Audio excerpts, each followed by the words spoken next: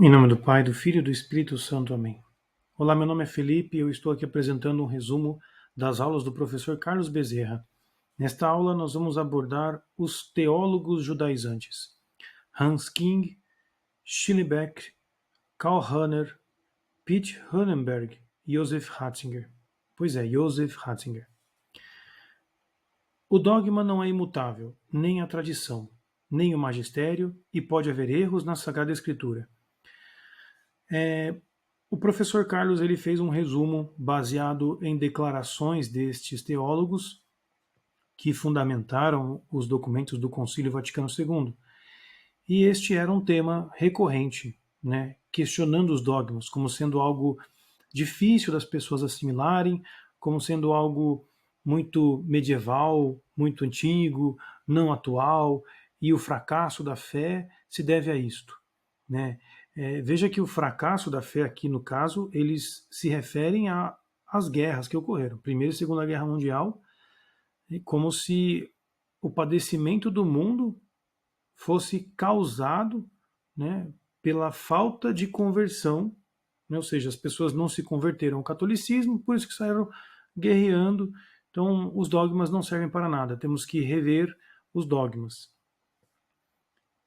Outro ponto importante, né, aqui mencionado, é que essas ideias, né, de que os dogmas eles não são mais válidos, ele parte desta premissa que é totalmente inválida.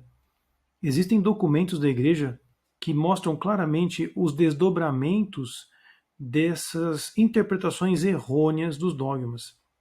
Seria muito fácil citar um livro aqui para que pudessem estudar, seria A Suma contra os Gentios, de Santo Tomás de Aquino, onde lá existem inúmeras possibilidades de erros e heresias, onde Santo Tomás vai batendo um por um, mostrando que o dogma é a maneira melhor de se expressar a nossa fé.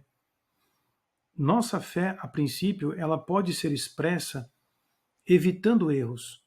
Ou seja, eu sei que Deus não é isso, eu sei que Deus não é aquilo. Então, a partir dessa análise de que Deus não é as coisas, eu vou chegando à conclusão do que Deus é. Então, os dogmas, eles já passaram por todos esses trabalhos de verificar as coisas que não são. A história da igreja inteira carrega esse, digamos, tesouro que nos confirma a importância dos dogmas. E eles criticam até mesmo a Sagrada Escritura, dizendo que tem erros e que era uma linguagem inspirada em mitologias, era a fala da época, coisas do tipo. Bom, outro ponto, né, resumido nas aulas do professor Carlos Bezerra, que é Cristologia adocionista. Um judeu divinizado substitui Cristo Deus.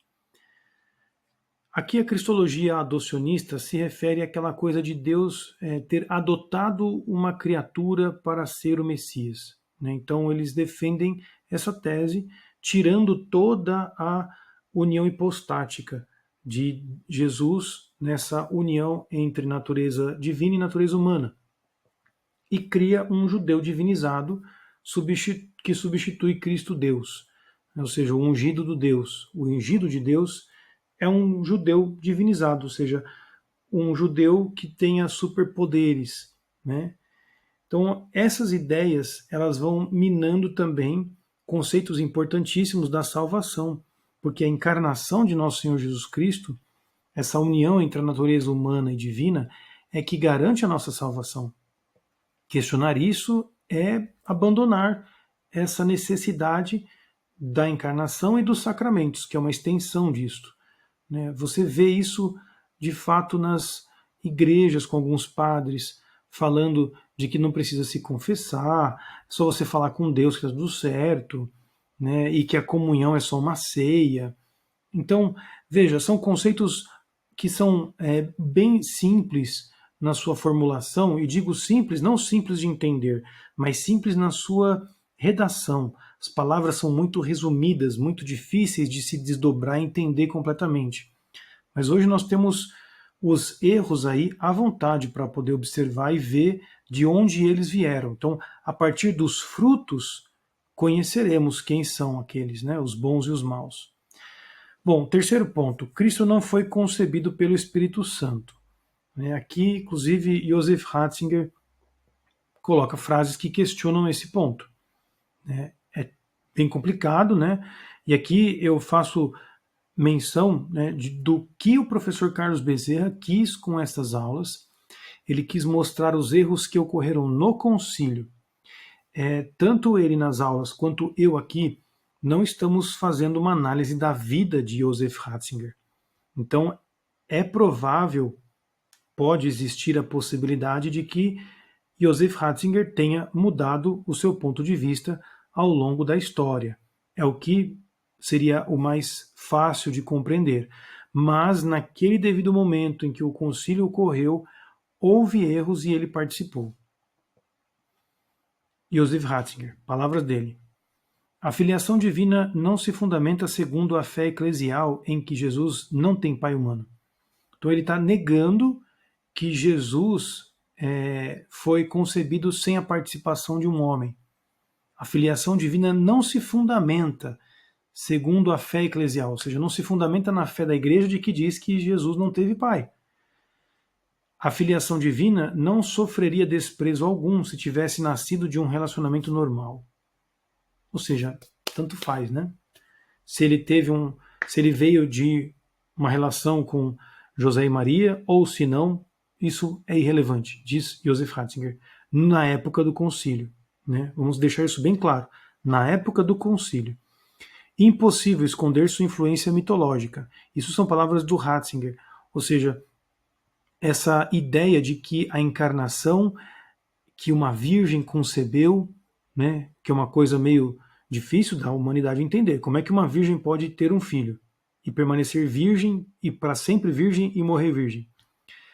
Então, esses conceitos, para os teólogos da época do concílio, nada mais eram do que mitologias, ideias estranhas que deviam ser purificadas, né, e trazidas à realidade do homem moderno.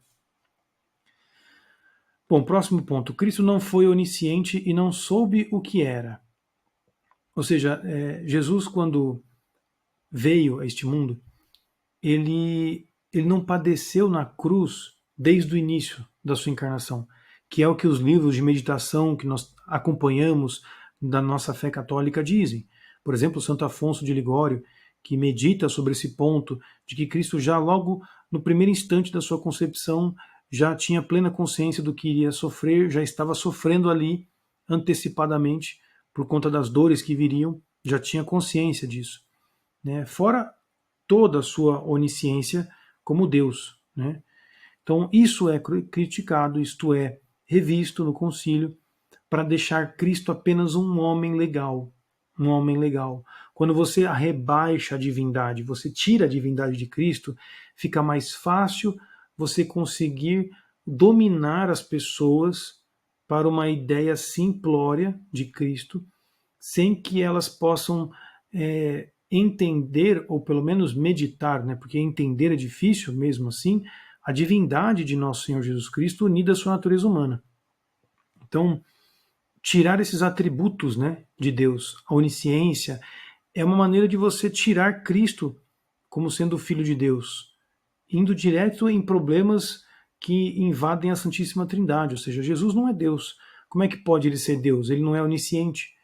Então, e eles pegam passagens de Cristo que tinha fome, tinha sono, tinha sede, para tentar fundamentar na Sagrada Escritura aquilo que eles querem defender. Cristo não fez milagres e nem ressuscitou. Né? Que é curioso, porque até mesmo algumas homilias de Padre Paulo, por exemplo, e cursos que ele ministra no site dele, combatem essa heresia de que Cristo não fez milagres. É muito fácil hoje um católico buscar alguns padres que de fato ensinam a doutrina correta, rechaçando essas ideias, né? Como que a ceia foi apenas uma partilha, então não teve milagre de multiplicação de pães naquele dia em que todos sentaram lá no deserto e Jesus multiplicou os pães. Aquilo é tudo poético, não tem nada de milagres. Né? E nós vimos isso acontecer ao longo da história da igreja, padres que, vinculados à teologia da libertação, fizeram um estrago na fé da sociedade. E da onde vêm esses ensinamentos? Daqui, do Concílio Vaticano II. Cristo não é o redentor da humanidade, fracassou e teve uma morte vergonhosa. Esta última parte, que é a última parte da nossa aula, é muito importante, porque até hoje você vê Francisco falando isso, que a morte de Cristo na cruz foi um fracasso, o fracasso de Cristo na cruz. Esses termos, eles são fundamentados nas teologias envolvendo o Concílio Vaticano II. Então, todos os papas que foram subsequentes a Paulo VI estão trazendo essa poluição, essa impureza dessas ideias teológicas que colocaram em risco a fé da igreja e vem continuamente colocando em risco a nossa fé. Por último, eu queria aqui deixar apenas algumas observações. Estas aulas que aqui eu estou apresentando, elas têm como intuito apenas resumir rapidamente as informações para que todos possam se despertar, acordar, porque não podemos mais permanecer nas paróquias em que frequentamos e deixar que as coisas aconteçam como se fosse natural, sem tomar uma atitude. Eu acho que seria muito prudente das pessoas procurarem lugares que defendem a verdadeira fé e que estão contra o Concílio Vaticano II de forma bastante evidente. Existem alguns lugares que aqui eu posso indicar, Instituto Bom Pastor e principalmente a Fraternidade Sacerdotal São Pio X. Procurem estudar a história de Dom Lefebvre, porque a postura desse homem deve ser o nosso norte daqui para frente. Nós não podemos permanecer em silêncio perante tudo isso. Recentemente, o cardeal Sará emitiu uma nota para um dos jornalistas, digamos, importantes do Vaticano, deixando muito claro a heresia que está entrando na nossa igreja. Agora, usando um simples raciocínio, se o Papa Francisco está implantando uma heresia, e essa heresia ela tem como base e fundamento, princípio primeiro, o Concílio Vaticano II, por que não duvidar, por que não questionar de todas as implicações que o concílio teve? No mínimo, os fiéis precisam deixar as paróquias, deixar de dar o dízimo, para que algo possa ser iniciado, pelo menos uma revisão do concílio, para que possa ser purificado dessas ideias judaizantes e anticristãs que infiltraram a nossa igreja. Que a Virgem Santíssima nos conduza e nos proteja. Em nome do Pai, do Filho e do Espírito Santo. Amém.